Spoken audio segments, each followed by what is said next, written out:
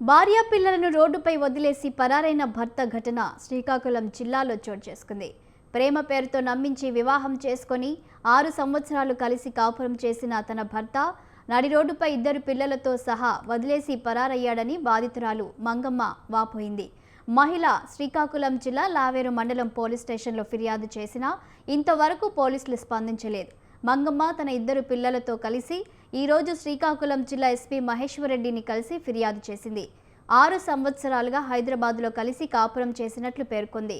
సొంత ఊరిలో నిర్మించుకున్న ఇంటికి వెళ్దామని నమ్మించి తీసుకొని వచ్చిన భర్త శంకరరావు శ్రీకాకుళం జిల్లా లావేరు మండలం సుభద్రాపురం జంక్షన్ వద్ద తన 2 పిల్లలకు వాటర్ బాటిల్ తెస్తానని చెప్పి వెళ్లి భర్త కనిపించకుండా పోయాడని తెలిపింది. బాధితురాలు మంగమ్మతో మా ప్రతినిధి Rambabu face to face.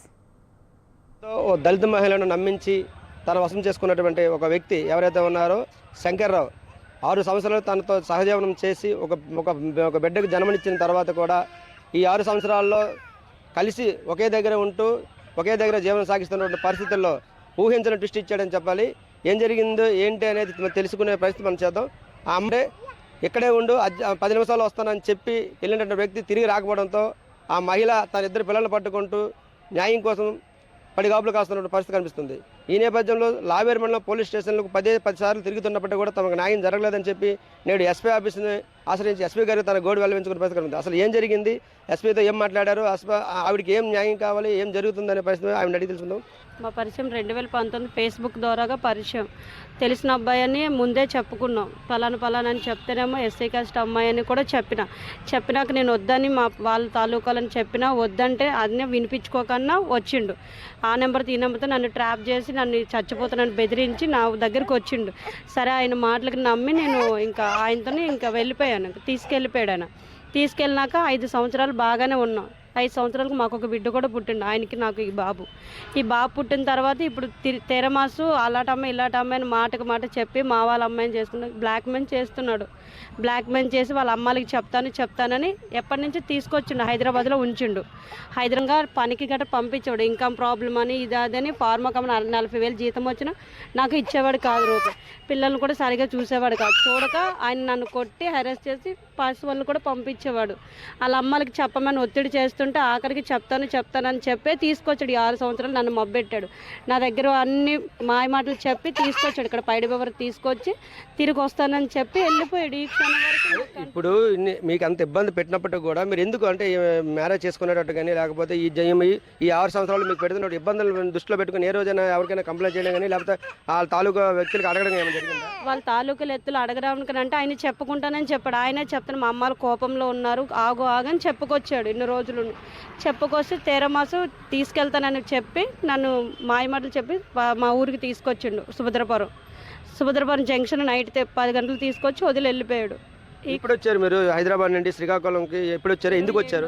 27న job ఇక్కడ ఉందని తీసుకొచ్చిండు. 27 తీసుకొచ్చి 28న పైడిబెమ్మర్లో పెట్టాడు. నన్ను పైడిబెమ్మర్లో పెట్టి తీసుకొచ్చి మా అమ్మాయిల ఇంటికి తీసుకెళ్తానని నడి రోడ్డు మీద వదిలి వెళ్ళిపోయాడు. నా 2 బిడ్డల్ని నడి రోడ్డు మీద నన్ను వదిలి వెళ్ళిపోయాడు. తిరిగి వస్తానని అంటే ఇంటికి తీసుకెళ్తానని చెప్పి తీసుకొచ్చి నడి రోడ్డు మీద వదిలి వెళ్ళడానికి కారణం మీరేం భావిస్తున్నారు? అసలు వాళ్ళ అమ్మాయికి చెప్తాను అన్నాడు. వాళ్ళ అమ్మాయిలు అదర్ కాస్ట్ అమ్మాయి మాకు వద్దు అని మన కుల అమ్మాయిని చేసుకుంటామని ఆ అమ్మాయితోని సంబంధం మాట్లాడి పెళ్లికి రెడీగా ఉన్నాడు. నెక్స్ట్ మంత్ పెళ్లి.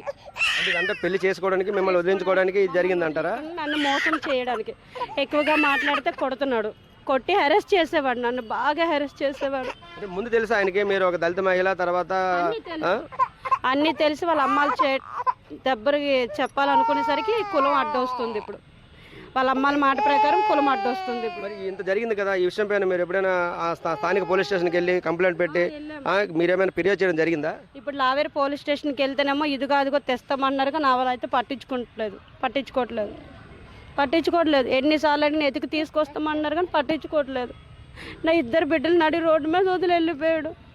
మేము ఏం చేయాలో కూడా తెలియట్లే పరిస్థితిలో ఉన్నాం. మేము నా తల్లిదండ్రుల ఇంటి వెళ్ళడానికి ఆప్షన్ లేదు, ఎవరింటికి లేదు. నాకు నిలబడి నీళ్ళలాగా చేశాడు. నా 2 బిడ్డలతో నన్ను ఇక్కడ రోడ్డు మీద వదిలి వెళ్ళిపోయాడు. ఇప్పుడు నెల రోజులు అవుతుంది నాకు కంటికి కనిపించి. మే 1st రోజు వదిలాడు. ఇప్పుడు వరకు తెలియదు ఎక్కడున్నాడు ఏమయ్యాడు. కానీ వాళ్ళ అమ్మాయిలకి తెలుసు. వాళ్ళ అమ్మాయిలకి ఫోన్ చేస్తున్నాడు. ఆ అమ్మాయిని తీసుకుని వెళ్ళిపోయిన ప్రతి ఒక్కరికి తెలుసు ఊర్లో. ఈ సంఘటనపై దళిత సంఘాలు కూడా ఏకకంఠంతో అయితే మాత్రం పోరాటానికి సిద్ధమంటున్నారు. ఏది ఏమైనప్పుడు కూడా ఈ ఎర్ర శంకర్రావు అనే వ్యక్తి ఎక్కడున్నాడు, ఆయన ఎదుగు పట్టుకోవడానికి పోలీసులు కూడా కొంత కాలయాపన చేస్తున్నారనేది వాళ్ళైతే ఒక పక్క నుంచి డిమాండ్ చేస్తున్నారు. ఏదేమైనప్పుడు కూడా ఎస్పీ గారి చొరవతో అతి తక్కువ కాలంలో ఆయన్ని పట్టుకొని తీసుకొచ్చి ఆమెకు అప్పచెప్పి వీళ్ళిద్దరి జీవితాన్ని చక్కదిద్దాలని అయితే మాత్రం ఇక్కడ ఉన్నటువంటి స్థానికంగా ఉన్నటువంటి దళిత సంఘ నాయకులందరూ కూడా మాత్రం కోరుకున్నటువంటి పరిస్థితి కనిపిస్తుంది. ఇది ఇక్కడ తాజా పరిస్థితి. కెమెరామెన్ జేఎస్ రెడ్డితో రాంబాబు, స్వతంత్ర, శ్రీకాకుళం.